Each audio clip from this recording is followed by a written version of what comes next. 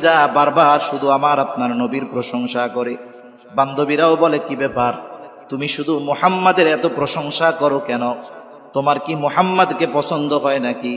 যদি পছন্দ হয় তাহলে তাকে তুমি বিবাহের প্রস্তাব দিয়া দাও। ওই সময়টাকে আমরা জাহেলিয়াতের সময় বলি, অথচ দেখেন ওই সময়ে বিধবা বিবাহ করাকে খারাপ কিছু মনে করা হইত না। বরং এরপরে তো নবীজি বিধবা বিবাহ করার ফজিলতের কথাও নবীজি বলছেন। আবার যদি বয়সে কেউ বড় হতো, কোন নারী বড় হলে, বয়সে বড় হলে তাকে বিবাহ করাটাও খারাপ কিছু মনে করা হতো। কিন্তু এই সমাজে কোন যুবক যদি বলে যে আমি অমুকরে বিবাহ করতে চাই, তার 2টা স্বামী ইন্তেকাল করছে, এখন তার একটু বিবাহ করতে চাই, মা বাবা যদি আল্লাহর ওলিও হয়, হার্ট ফেল করে পড়ে যাবে যে না না না, এই কাম তুই করিস না, ইজ্জত যাইব গা। এটা আমাদের নিচু মন মানসিকতার কারণে।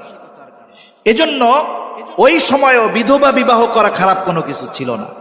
আবার যদি বয়সে বড় হয়, এক্ষেত্রেও কেউ মাইনা নিতে চাবে না, বরং বন্ধু বান্ধব যারা আছে তারা বলবে ভালোই হইছে, তোমার বউরে ভাবি বলবো না দাদি বলবো, টের তো ভাই না, বয়সে বড় যে।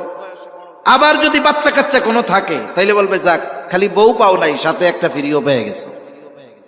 এই কথাগুলো আমাদের নিচু মন মানসিকতার পরিচয় বহন করে। এই যে গতদিন একটা ঘটনা ঘটছে, সেই সুদূর সিলেটে এক আলেম, তিনি 2য় বিবাহ করেছেন। যতদূর আমি লম্বা অনেক কিছু জানি না, যতদূর শুনলাম অনলাইনে ফেসবুকে দেখলাম যে প্রথম স্ত্রী যিনি, তিনি নিঃসন্তান, সন্তান হয় না, এই কারণে তিনি 2য় বিবাহ করেছেন।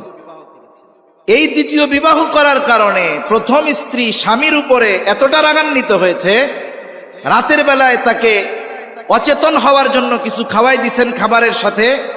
যখন তিনি অচেতন, তাকে শ্বাসরুদ্ধ করে হত্যা করে খাটের নিচে ফালায় রাখছে। পরে বাপের বাড়ি গিয়ে, শ্বশুর বাড়ি গিয়ে বলতেছে খুঁজা তো পাওয়া যায় না। এরপরে খুঁজে খুঁজে ঘরের মধ্যে পাওয়া গেছে। তা এমন এক অবস্থা, ওই সময় এটাকে খারাপ কোনো কিছু মনে করা হইতো না।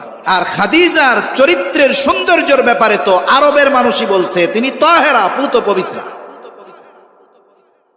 খাদিজা বলতেছে আমি যদি মুহাম্মাদকে প্রস্তাব দেই আর সে যদি আমার প্রস্তাব ফিরিয়ে দেয়, তাহলে আমার জন্য এটা লজ্জার কারণ হবে।